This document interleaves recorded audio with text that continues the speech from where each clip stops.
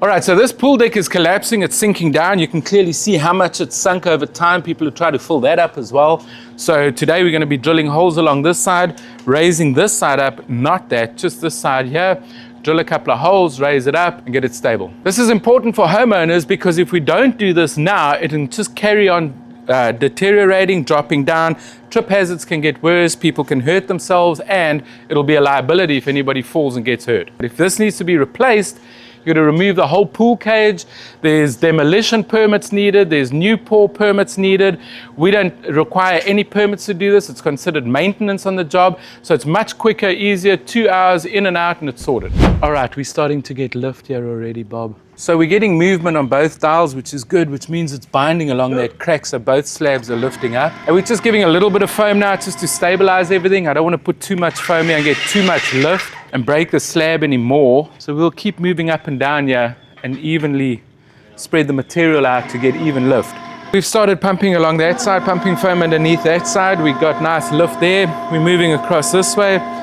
We're just trying to get a little bit of lift, not too much yet. We want to stabilize the substrate below the slabs without cracking the slabs. So we're just doing a little bit of it, a little bit at a time. And this will be a process. We'll be moving backwards and forwards to make sure that we get even lift without splitting these cracks, these existing cracks open, and at the same time getting good lift on it. Yeah, look at this. This has come up really nicely, yeah. But this crack has opened up a bit, which means this is lifted up nicely. That's still sloping down. Once we get to that side and raise all that up, this crack will close up. But this crack was not formed by us. This was a previous crack in the concrete. That's why we're working so delicately around it that we don't make this crack any worse. We're about at the halfway mark. We've sorted that section out there, stabilized it, filled some voids. We're going to be moving onto this side, which there's more of a void. We'll be moving over there in the next few seconds. Is it moving, Eric? Yeah. Whoop. Uh-oh, you got it on the dial. That's fine. These things are like $30 at Harbor Freight. So. Do you need to put some water on it? No, we let it get hard and I just chip it off. We're on the last hole of this section, even though we haven't raised it all up yet. We're on the last hole. This is the worst section that's dropped the most. There's more soil erosion underneath here than anywhere else. So we're going to be focusing on this section for a bit. Oh, there it is. And we'll let that harden up. Yep. You can see that dial's still moving really well. Yep. So even though we got relief here, it's a good thing because it's pushing against this slab, preventing material from going underneath there. And we'll give it a second to harden up, and then we'll continue foaming. We're going to move backwards and forwards along here to get it right. What we're focusing now on is just filling the voids and stabilizing the soil. We're not worried about perfecting the level right now. I mean, we're nearly level, yeah. All right, so we've raised this corner up perfectly over here. We got the voids filled up. It's raised up almost perfectly, but now we're going to do another 2 holes just to make sure that that void's filled properly on the edge of the slab. Longer spur. Okay. There it is. Hang on, just wait. So we've got this corner set up really nice. It came up all the way. It's flush here, but we've still got a little bit of a low-lying area there. And now Eric's busy lifting this section. Yeah, you can see the foam's pushed out to the front, which is great. We've stabilized the base before. Now we're just coming back up to get the lift out of it that we want. It'll just be filling its own void since we lifted this so much. Yeah, it's not a bad thing. Any movement's good because it means that the soil's compact enough to support the slab at this point. There we go. We put foam underneath here which stabilized the soil, but then with lifting everything else, it's formed its own void. So now it's moving.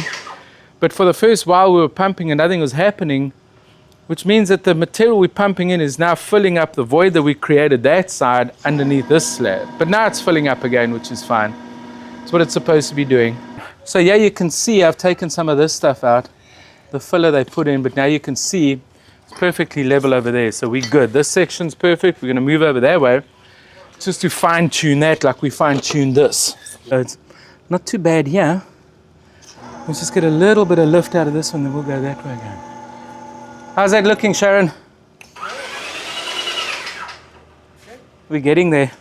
Now we're getting some good movement here. We've got that stabilized now. That's perfect. It's level, it's solid, it's good. Yeah, we've still got a little bit of a low-lying area, so we're going to foam this a bit. Get the center section lifted up. And the reason we can do it in sections like this is because of the current cracks. So these individual pieces are moving separately. So we'll work on sections at a time as we're doing now. But got perfect lift there, it's just the center piece. So since we've raised this up, this crack here is closed up because now it's not buckled anymore, it's now level. So that crack's closed up nicely. Even the crack next to Eric's closing up. And it'll close up even more as we get more lift out of that. So it'll slowly close the crack. I'd like to put a bit more in there, Eric. Give it one more shot there. Nice big shot. This is going really well. We're getting good lift on it. We've almost leveled this section out here. We're just doing some final touches to tweak it and get it perfect. Overall, this thing's lifted up so perfectly. We got this last corner we're doing now, but we've got almost 100% lift along this line, which is going to clear out all this concrete when we're done, so we can see that we've got it level. But overall, good job.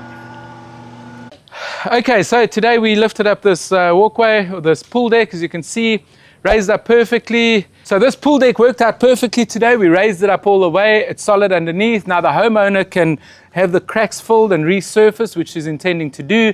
So this will all look brand new when she's done, and she knows that this is a solid structure holding up the concrete below the slab. We raised this corner up. The slab had sunk over time. We raised this up perfectly. We've got a lot of foam underneath, stabilizing the soil. So now the homeowner can get a resurfacing company in. They'll fill this crack up with a material. They'll repaint it. No permits needed. It's been 2.5 hours in and out. And this material lasts for 40 years, so the homeowner has got a peace of mind knowing that her pool deck won't sink anymore. And if you need any concrete repair work in the Florida, Tampa Bay area, call this number below. And if you enjoyed this video, check this one out. Thank you so much for watching, and we'll see you next time.